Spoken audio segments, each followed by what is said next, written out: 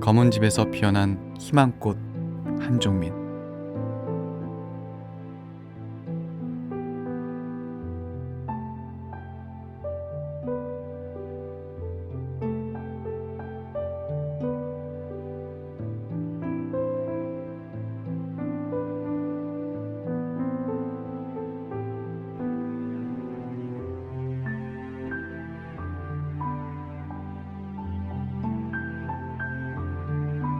차가운 눈보라가 몰아치던 2월, 아파트 부녀회장님으로부터 도움이 필요한 가정이 있다는 연락을 받았습니다.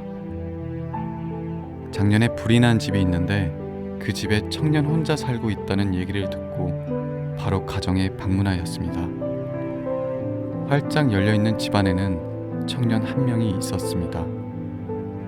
수북하게 자란 머리에 가려 눈은 보이지도 않았습니다. 마스크를 쓰고 생활하였고 집안에 타버린 잿더미가 보였습니다. 천장 바닥 할 것 없이 온통 까만색이었습니다.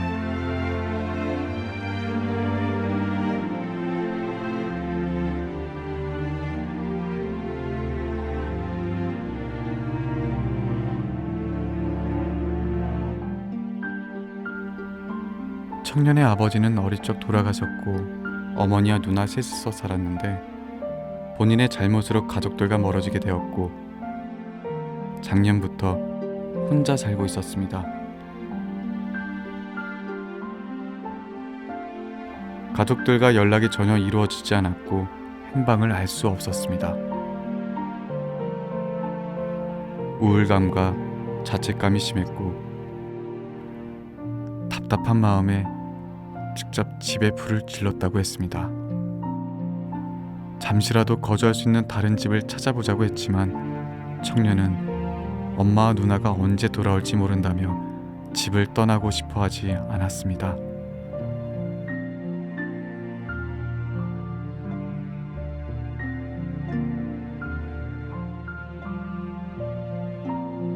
인근에 외조모님이 계시다는 소식에 전화를 드렸지만 집안일이니 신경 쓰지 말라며 화를 내시곤 전화를 끊으셨습니다.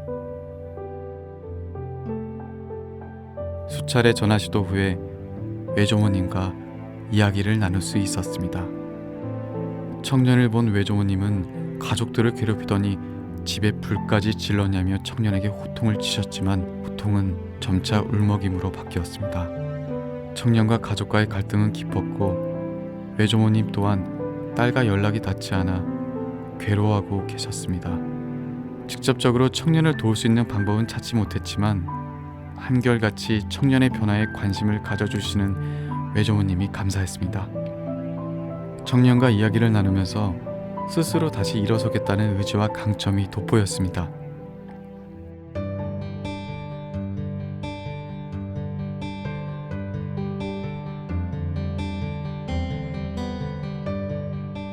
본인이 해왔던 일, 할 수 있는 일을 중심으로 앞으로 해나가야 할 과업을 정했습니다. 우선 주거 환경 개선을 시작하였습니다. 새까만 집, 도저히 사람이 살 수 있는 집이 아니었습니다. 하루 종일 혼자 청소하는 청년을 도울 수 있는 주변 자원을 연계하였습니다.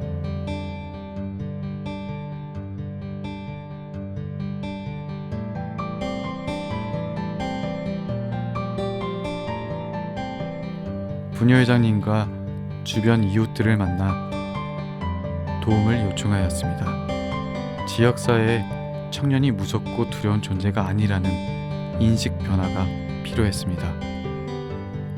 청년의 이야기를 듣고 난 후 부녀회장님이 나서서 동네 사람들을 설득하고 집 청소를 함께 해주셨습니다. 청년은 남들이 본인을 알아볼까 항상 쓰고 있던 마스크를 벗게 되었습니다.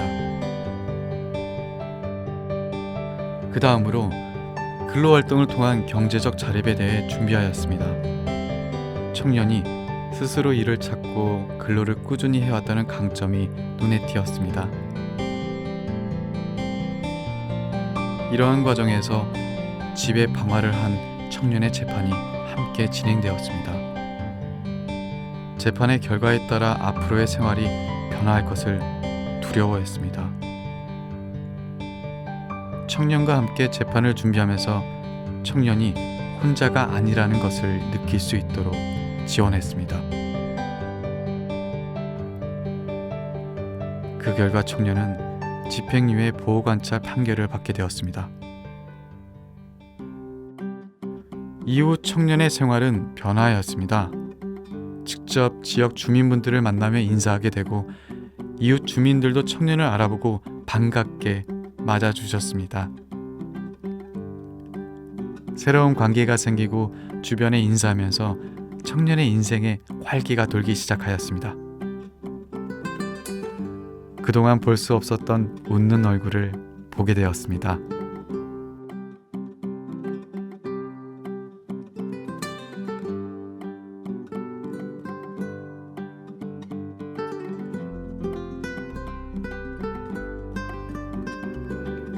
복지관의 후원금으로 경제적 어려움을 해결했던 청년은 현재 복지관의 후원자가 되어 본인이 받은 도움을 어려운 이웃에게 베풀고 있습니다.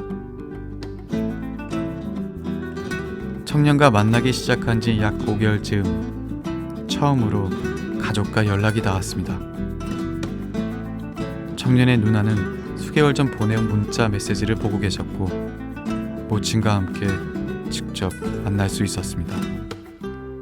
청년의 변화, 지금까지 잘해왔던 일들, 가족들에 대한 그리움에 대해 말씀드렸고 가족들은 청년의 변화에 놀라셨습니다.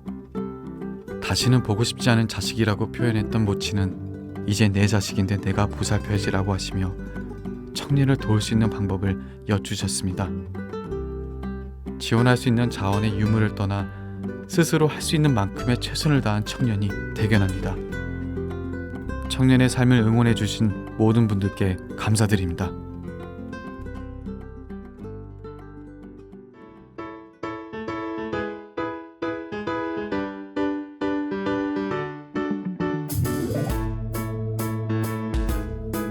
지역사회 어려운 이웃들의 희망적 삶을 위해 수원시 휴먼 서비스 센터가 함께합니다.